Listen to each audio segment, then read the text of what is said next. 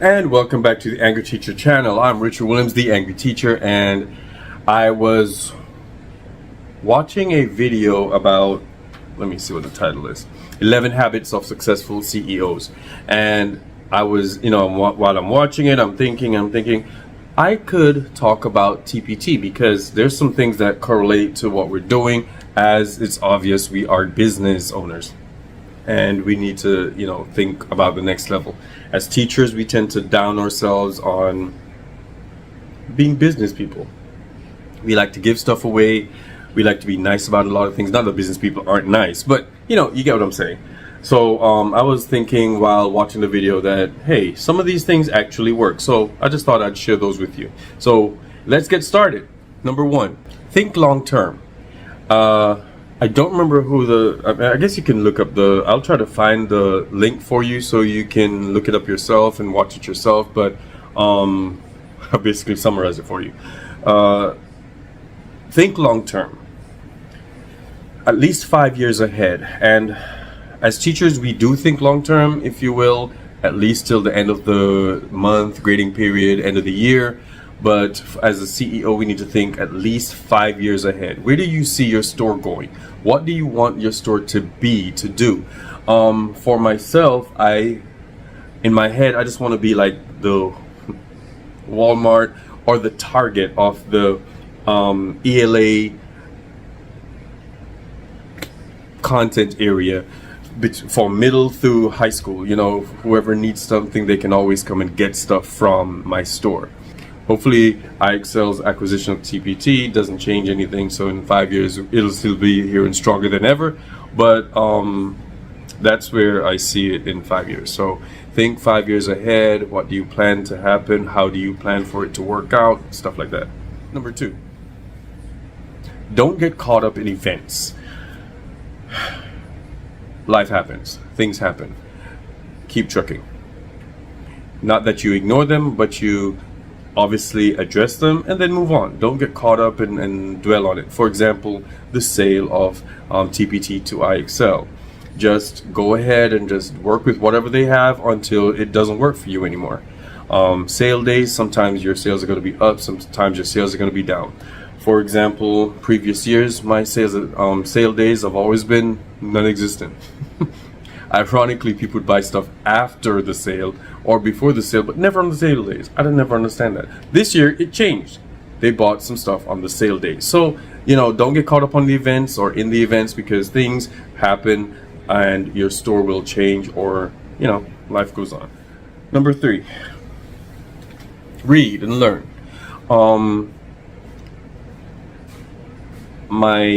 Where I work is about maybe 25 minutes from where I live, so I have enough time to kind of learn every morning. I call it my education before I educate. So on my way to work, I listen to audiobooks. I watch YouTube. Listen to YouTube. I'm not watching while I'm driving. Come on, you know better, right? So my YouTube is on, so I'm watching all these things. I'm learning while I'm driving. I'm listening. I'm getting my education in. When I'm going home, I do the same. Audiobooks, look into those. Especially because it's ELA products that I do sell, I'm listening to plays. I'm listening to novels. I'm figuring out stuff in my head while I'm listening to a poem, or while I'm driving, or while I'm doing the dishes, or whatever I'm doing. I'm still learning while I am living. With that said, take a course. Like this summer, I plan to take 2 courses because I'm part of RTA, rebranded Teacher Academy, with Lauren Fulton. So I'm planning to take one of her courses, and I think I'm taking one of Mr. Miller's again. Plus I'm going to the TPT conference virtually. So plan to do these things during the summer. So always try to learn because it helps you in the long run. Number 4, turn failure into feedback. Poor or failing products or products that haven't sold see why they haven't. So you have to look at your, not necessarily just the data, but look at, okay, I've made this 2 years ago and it's still not selling. What am I doing wrong? What do I need to change? And you will realize, guys, I've been fixing some of my older products. And I'm like, what the heck was I thinking? No wonder nobody has noticed you. No wonder nobody has bought anything. Because this sucked. But I'm fixing it, I'm adding stuff, and now that I've learned how to do email lists, oh my god, I'm changing all the links and I'm adding stuff. Some of my stuff didn't even have links. I'm like, what? Anyway, so that was for failure. Now I'm turning it into something positive. Look at your numbers, the ads, what's working, what's not. Like I've told you before, I've tried Pinterest, and Pinterest used to work before they changed their algorithm, and now it's just a dud. So I haven't done anything with Pinterest for a while. I might do it this summer to see what's going on, if it's going to help my back to school sales, but we'll see. Always think about how to turn things around. When you get your reviews, whether they're good or bad, think about the next level. Can I up my game?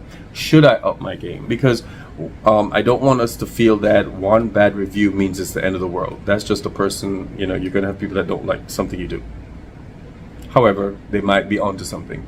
So take it with a grain of salt and figure out what you need to do. All right? Number 5, respond, don't react. Sleep on an idea. If something comes up and you're thinking about it, but it seems like it's going to be a lot of work, think about it first, because it might be too much work to not pay off. Or if somebody leaves you a review that you're in your feelings and you're upset and you're angry, kind of take a step back and think about it. You know what, she's right, however, but whatever.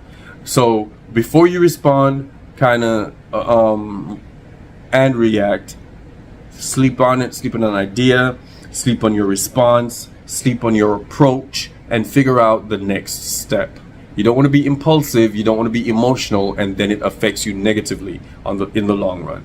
If it's supposed to work out, then your sleeping on it will just heighten and make it a better product. See problems as challenges. Remember, we're thinking like CEOs, and I've never really followed the journey of any important CEOs. I mean, I guess all CEOs are important. I don't know. But I've never really followed their journeys because I've never cared enough. But this business world is now forcing me to kind of pay attention to some of these things. But with that said, if there's a problem, see it as a challenge and don't get frustrated with it. See it as something that you can figure out. It's a challenge, but I will overcome this challenge. For example, I did not know PowerPoint has all these amazing things. Since I've been making products, it's been enlightening my students' PowerPoints at school. It's been getting them more involved, because now my PowerPoints look like it's the greatest thing in all of their classes. And they're like, Miss Williams, it looks like this, and it's so colorful and so this and that. And I'm like, yeah, because I just learned it yesterday. But there's some things that this journey is going to challenge you with, and it might seem problematic, but just go with it. It will become a good thing, as long as you overcome it. Also, my email list. I've watched video after video after video, and I just couldn't get it. I sat down, I went over. I think I have ConvertKit. I think I have MailChimp. I think I have, what's the other one? Flowdesk. I've started so many, and it just wasn't coming together for me up here.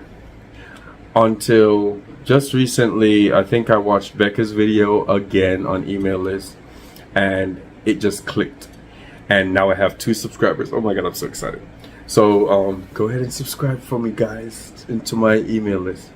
I think I figured out how to do it. I'm still learning. I have 2 landing pages. I'm still figuring out how to do them well and do them better. But it's a learning game, and that's one of the challenges. That's one of the things I wanted to sit down and learn, because I don't like failing. I don't like problems to overwhelm me, so I have to be that guy. And so I'm gonna figure it out. So see your problem as a challenge, not something to beat you down, but something that you need to overcome, that you can tell somebody else how to do it. All right. Number 7, value time over money. Yes, you want to make money. Obviously, it's a business. However, when you put the time in, the money comes. Maybe it won't be immediate, but eventually the money will come when you put the time in. I think I've told you guys before, I allotted about 3 hours nightly, depending on the night, when I'm not doing something, to get products done. And it has paid off. I've moved recently, and for a whole month and a half, I didn't do anything related to my store. All I did was check it in the morning to make sure it was there and to check the sales. But sales kept coming in because I kept my head down and made quality products and kept pushing them out. So make sure you put the time in. So it's time over the money. With that said, set schedules, make schedules, plan ahead. Stick to your plans as much as you can. If life happens, then change the plans, adjust, but it's about the time that you're spending on it. And I don't remember who it was. But I watched a YouTube video. I think it's a TPT seller that 15 things to do when you only have 15 minutes. And that is just amazing. Some of the stuff, I have a list somewhere, and there's some things, if you only have 15 minutes, you can still get some stuff done for your store. And I'm going to try to link it down below. If not, subscribe to my email list and I'll give that information to you and the person who said it. When you value time over money, you have to put time aside to do. You need time to reflect. So you're going to think about what happened last month, what didn't work last month, what you need to plan for. For example, back to school is around the corner. End of the school year is around the corner. So you have to start planning, can I make a product for that? Should I make a product for that? Should I focus on selling, advertising for back to school? Should I be taking courses? Should I attend the TPT conference? These are things to think about. I made this product and it sold a lot. Should I up the price? Should I put the price down? Should I add another element to the product? These are things, this is all time, because eventually they affect the money. Also take time to refresh. This school year has been dragging on. For the most part, it's beat all of us up. And so we're almost at the end. We need time to rest, to recoup, and to focus on our business and ourselves and our families. So just know that the time that you spend now will affect the money later. So don't focus on how much you're making, how much you're not making, how much you wish you could be making, but how much time you're spending on yourself, your family, your product, and your business in altogether. Okay. Number 8. Focus on strategy, not tactics. Now, once again, I can't remember the guy's name, but he said something that was so insightful to me. He said, strategies last long term, tactics don't. But he has a point. We can do all the little bells and whistles and whatever when we have those sales coming around and we try to advertise and whatever. But if we have a strategy that every Monday we advertise, or every so often we do a note to followers, or we post in our email list, or we do all these different things, those are strategies that will help us in the long run, instead of us just joining this group because we want to get sales right now, or we're taking courses just for the now. We have to think long term. That's how we started, at least 5 years, so we can think, and this is a strategy that's going to help me in the long run. You've seen videos and we've talked about it. Different gurus have talked about it, and you've seen it, this. Templates work. So that's a strategy that we have to do. If between this time and that time I'm going to do this all the time, it's going to work. versus let me sporadically do this, and it's a tactic that I'm gonna try to do this before the sale and then I'm gonna get thousands of dollars. It doesn't work that way. You have to have a strategy in place so that when life happens, the strategy still wins the day. Okay. Lastly, number 9, think, talk, walk like a CEO. A lot of the different sellers we've heard say that when they started, including myself, when we started, we never thought that TPT would become a business, something that we enjoy and we want to keep going with. So you need to have that walk. You need to have that presence. You need to not say, oh, I have a little side hustle. It's a business. So when people ask you, you know, how do you make this or this extra money or blah, blah, blah. Oh, I have a business. It might be a small business. It's a business nonetheless. Walk with this air of pride because it is yours. All your ideas, all your time, all your effort has been paying off. So it is a business. You're running it. You're doing your best. You're the boss. You are a boss. So treat yourself that way. Treat your business that way.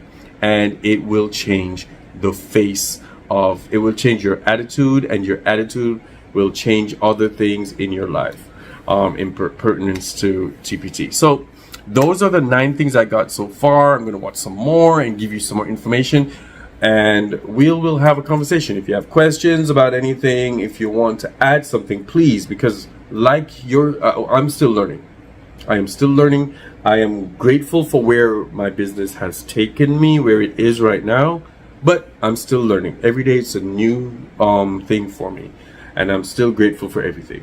Catch you in the next video. Love you guys.